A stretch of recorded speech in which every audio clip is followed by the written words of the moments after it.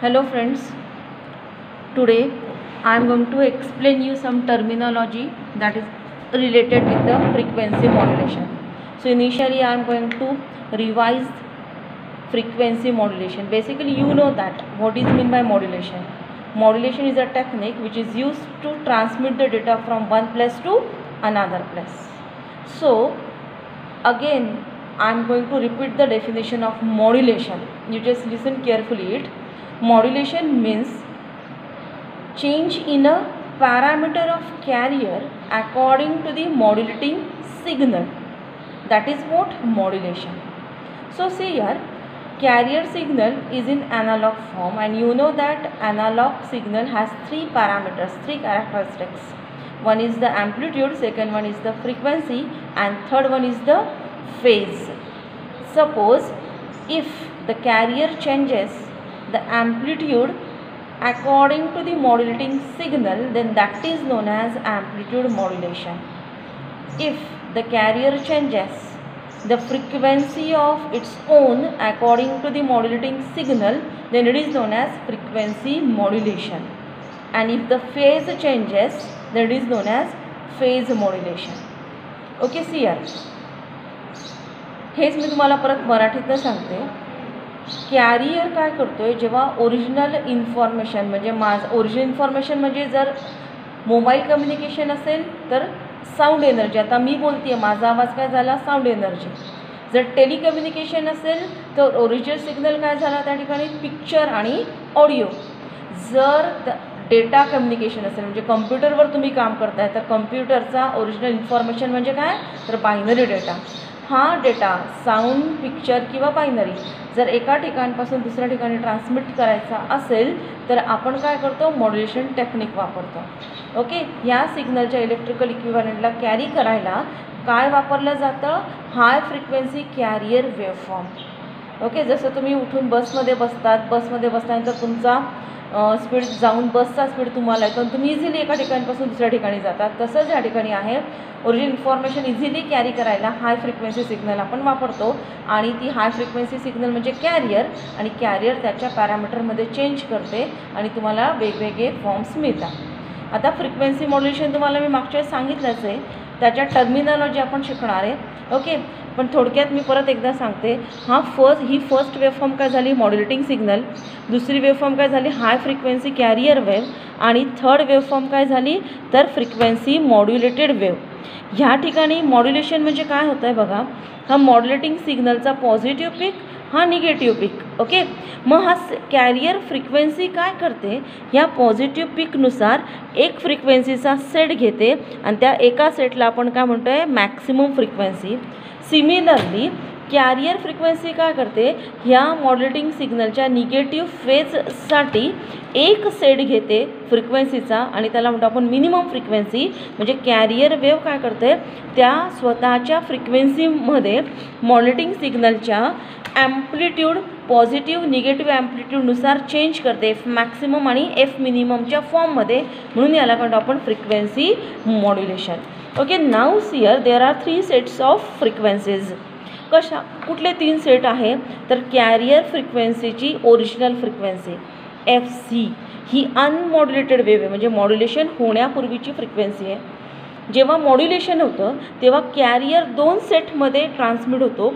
पहिला सेट आहे maximum frequency आणि दुसरा सेट आहे मिनिमम फ्रिक्वेन्सी. ओके, मग ह्या फ्रिक्वेन्सीच्या नुसारच आपल्याला काही टर्मिनॉलॉजी शिकायचं आहे, त्या मी थोडक्यात तुम्हाला इथे सांगते आजच्या व्हिडिओमध्ये, आजच्या लेक्चरमध्ये. ओके, मग त्या टर्मिनॉलॉजी काय आहेत बघा. तर पहिली टर्मिनॉलॉजी आहे FC. That is what, FC that is what, center frequency of carrier wave. Okay, दुसरी आहे F maximum, maximum frequency of carrier after modulation.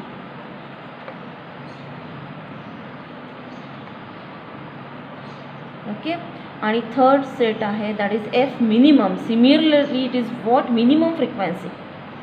Okay, कुणाची, तर परत कॅरियरची आफ्टर मॉड्युलेशन. ओके, मग ह्या 3 फ्रिक्वेन्सीनुसार आपल्याला 3 टर्मिनॉलॉजी फ्रिक्वेन्सी मॉड्युलेशनमध्ये शिकायच्या आहेत आणि त्या खूप महत्त्वाच्या आहे, परीक्षेमध्ये विचारल्या जातातच. पहिली टर्मिनॉलॉजी आहे ती आहे सेंटर फ्रिक्वेन्सी FC, ज्याला रेस्टिंग सेंटर फ्रिक्वेन्सी म्हणतात किंवा याला दुसरं नावसुद्धा आहे, that is what, resting frequency. Okay, so let us see what you mean by the centre frequency. Okay, so centre frequency और रेस्टिंग फ्रिक्वेन्सी मीन्स व्हॉट, म्हणजे काय तर कॅरियरची फ्रिक्वेन्सी जी मॉड्युलेशन पूर्वी असते, ओरिजिनल असते, तिला काय म्हणतो आपण सेंटर फ्रिक्वेन्सी और रेस्टिंग, ज्याच्यामध्ये कुठल्याही प्रकारचा बदल होत नाही, त्याला म्हणतो आपण सेंटर फ्रिक्वेन्सी. सेकंड टर्मिनॉलॉजी मी तुम्हाला इथे सांगते, that is what, carrier deviation.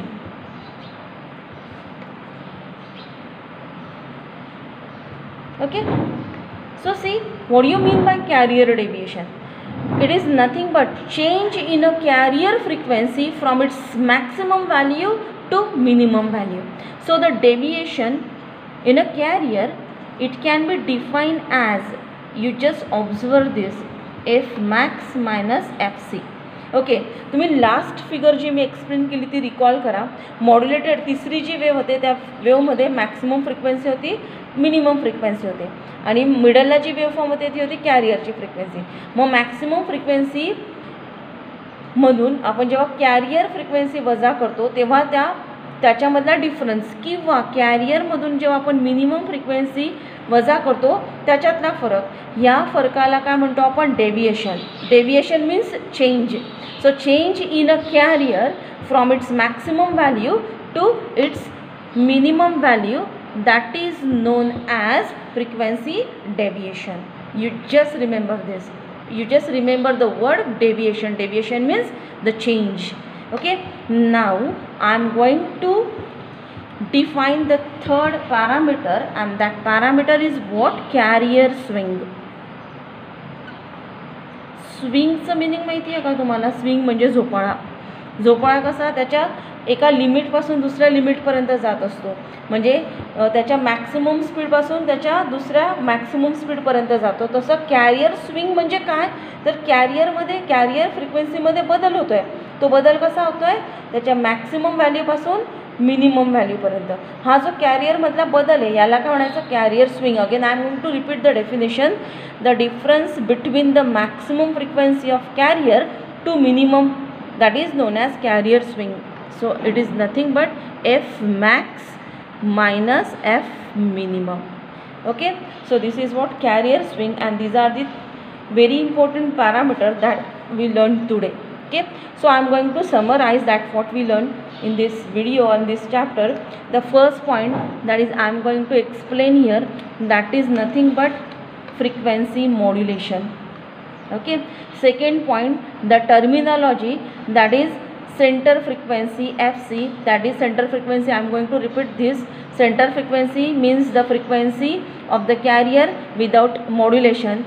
Third, that is deviation, carrier deviation, that is change in a carrier frequency from maximum to minimum value. And fourth point, that is nothing but carrier swing, and that is